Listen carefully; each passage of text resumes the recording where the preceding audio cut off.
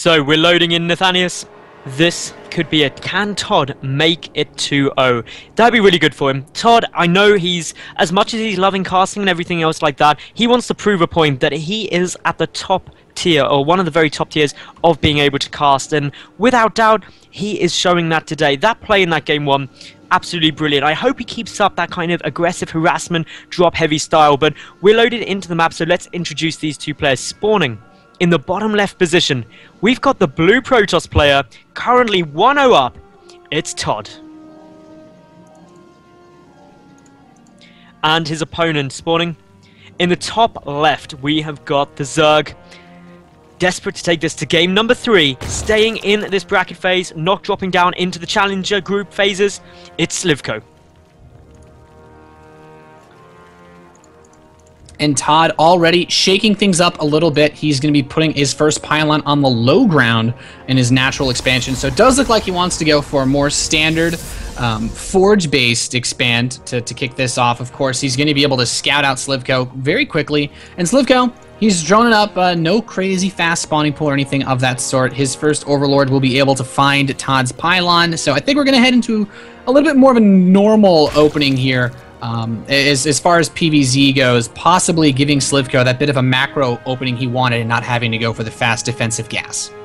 Now, the really good thing for ToD is he has got that super early scout out. He knows when the spawning pool is going to be coming down, sees it there, so knows there's no hatch first. ToD, he's likely just to go straight away for a Nexus first opening. I think that would be completely safe to do, and he doesn't really have to worry. He can also try and pro block on that natural when it's going to be coming down, but this is getting to be a very standard opening, nothing scary going on. And ToD, playing it standard, I think, is the right thing here, because he won that last game really effectively just by playing normal. Why take a risk in such an important tournament? Is going to forge first, so having seen the Overlord come in, just wants to play it a little bit on the safe side, and again, playing it safe is fine. Going for the pylon block as well. All of these sort of things are quite frustrating. Yeah, and I don't think it's a bad idea at all. He kind of recognized, okay, the spawning pool went down in a rather economic timing. I can pylon block it pretty easily. And, you know, it's a very important point that you make. Why take any unnecessary risks? Whirlwind is known for being one of those maps that's a little bit harder to wall off quickly if you need to in a pinch, as Protoss versus Zerg. So throwing down the Forge first is a smart idea just to be able to make sure he's completely safe. He is going to get the cannon before the gateway, though, so he's not feeling super comfortable with being greedy, but he's doing about as well as he can. The timing on the Nexus and the hatchery are about even. Yeah, once you start getting those timings out nice, you've got to be... I would want to be cautious. And I think getting that cannon down is fine. There's nothing wrong with that, making sure that you get into the later game safe, because let's face it, if you are in a situation where you're one game up, you don't want to level it out by taking risks. Especially when you've just played really solidly throughout the first game and, by the looks of things, done a much better job than your opponent in all phases. So I think that's smart by ToD, who is now taking his 2 gases. We see that the third is being taken by Slivko, and he's actually expanding towards his opponent, because the base to the right, which Pylon has just gone down at, is such a long way away, it can be a little bit awkward, but there's never a situation where you want to expand towards your enemy. Yeah, this is definitely more on the unusual side of decisions made by Slivko. I guess it's almost like an accidental metagame, since ToD, I mean, he sees the hatchery anyway, but he kind of, I guess, an accidental metagame because the pylon is there at the, what would be the normal third base. So, ToD behind this, he's getting his cybernetics core up, he's getting his gas super standard. I feel like on this map, the ideal build that most players will generally go for, at least in the Korean scene, is going to be Stargate play, and I don't think ToD's going to deviate too far from that. So I feel like we'll probably see a Stargate when that happens, but with how close that hatchery is, maybe he might think about trying to do something aggressive to punish that, because like you said, there's almost no situation where you really want to expand towards your opponent this early as Zerg Mattles. Now, that Stargate play is what I'm keeping a really good eye out for, and you called it perfectly well there, Nathanius. We can see the Stargate is on its way down. Oracle or Phoenix? What's your personal preference? What do you reckon ToD is going to be going for this game? Well, when you open up with an Oracle, it's a bit of a gamble. Oracles, if scouted, they're not quite as fast as Phoenix. They're a lot more easy to shut down with Queens. I feel like ToD's probably going to play this the standard way, go up to 4 to 5 Phoenix and just go for the guaranteed harass, pick off the Overlords that are hanging around his base, and pick off the drones, because let's face it, it's going to take a little bit of time to get the creep spread properly between that natural and that third base. So he's going to have a good opportunity to pull these Queens back and forth, I think. Yeah, I definitely agree with you on Phoenix, but ToD, he may go for the Oracle. No, Phoenix are coming down, so this is looking really nice. This also means that you can push back all the Overlords, which are dotted around the map. That denies some of the vision, which means that should ToD later in the game want to go for some of that Warp Prism harassment we saw he utilized in Game 1, then he will be able to do that a lot more comfortably. One Zealot moving in towards the third base, going to take out that Creep Tumor, and then Ninja on out of there. The Queens will not be able to spread that creep, and of course, as we mentioned earlier, denying that creep spread is really good because it just means that these Phoenix are going to have a much nicer time moving around. Yeah, 100%. Now, Roachborn is on the way for Slivko. He's going to start his lair. This is a pretty standard timing. It feels a slight bit late, but it's not anything wrong with that. The real thing that's kind of interesting here is that Slivko doesn't know about the Phoenix just yet. He actually just picked off one Overlord, so he now just knows. And the question is, how many Spore Crawlers is he going to make? One going down in the mineral line of the third base, nothing at the natural, and one in the main. These Phoenix can do so much damage. It's a lot easier to harass with them, especially because they do have 5 range now by default. So I'm curious if he's going to go for that. He's doing the robotics facility switch, though. This is going to keep him safe against any kind of big counter aggression with roaches or hydralisks. But he's got 3 Phoenix out now. With the 4th one, he should be able to go put on a lot of pressure. Yeah, I'm expecting quite a large amount of pressure coming in. We've also got some Zealots warping in just by this pylon, though, is blocking the potential 4th base. The Zealot Stalker harassment poking towards the 3rd. Another Overlord getting taken out in the center of the map. All of these Overlords going down are just quite frustrating. 4 more on the way because BenQ's Slivko is currently supply blocked, at least momentarily. The main base, we can see the Infestation Pit coming down once more, so not very much variation in terms of build out of the Zerg player at the moment. But ToD, his Phoenix, he's just concentrating mainly on making sure that this Zealot and Stalker get out alive, and he can keep some nice pressure going on with the Zealots that warped into the right. Yeah, definitely. And behind this, ToD is taking a pretty brave third base. He's not super worried about getting hit with harass. He's trying to stay aggressive enough with his Phoenix that Slivko doesn't push out anytime. And it's also a pretty good read based on the way that Slivko likes to play. We see that Infestation Pit once again. It's when you play with Infestors, it's a slightly more passive style than Roach Hydralisk because you don't have that speed. You know, the Infestors don't have the muscular augments to be able to cross the field very quickly. And Zerglings, well, they're pretty easy to deal with when it comes to defending expansion. So I like the timing that ToD's taken on this third base. He's going to have a really nice economic setup for the later stages of the game. But one thing that we don't see is that really heavy focus on upgrades. Currently, we only just have +1 attack for ToD, whereas at this point in the last game, we already had double forge going.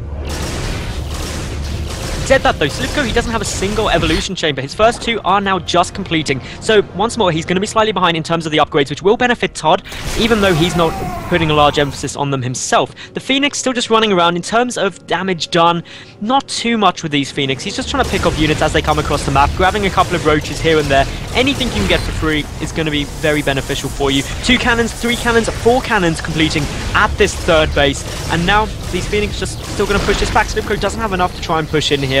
And ToD is looking fairly safe. Only just getting his Mothership core now, though, which is very late.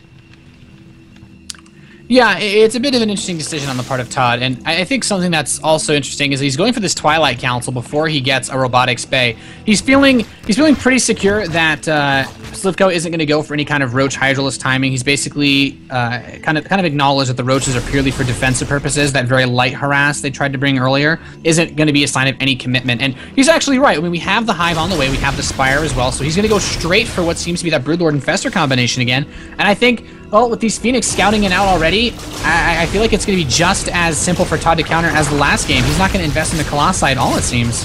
No, but there's some brilliant fungal growth going down on these Phoenix right now. The Queens are dealing some extra damage as well.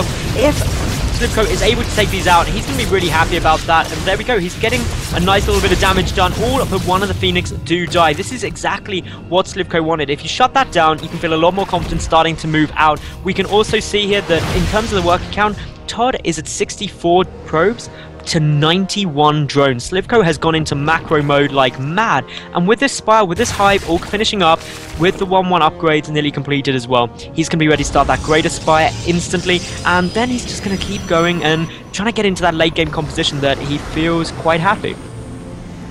Yeah, I'm actually see ToD hallucinating those Archons once again, and that's a great way to tank the fungal growth. So I really like this play by ToD. You know, a lot of fungal's already burned. It's such a smart play to use the hallucinations like this. We don't really see too many pro players doing it. Of course, hallucinated units cannot break force fields, but, well, ToD is trying to push in a little bit farther. These Roaches and Infested Terrans are going to shove him back for now, though.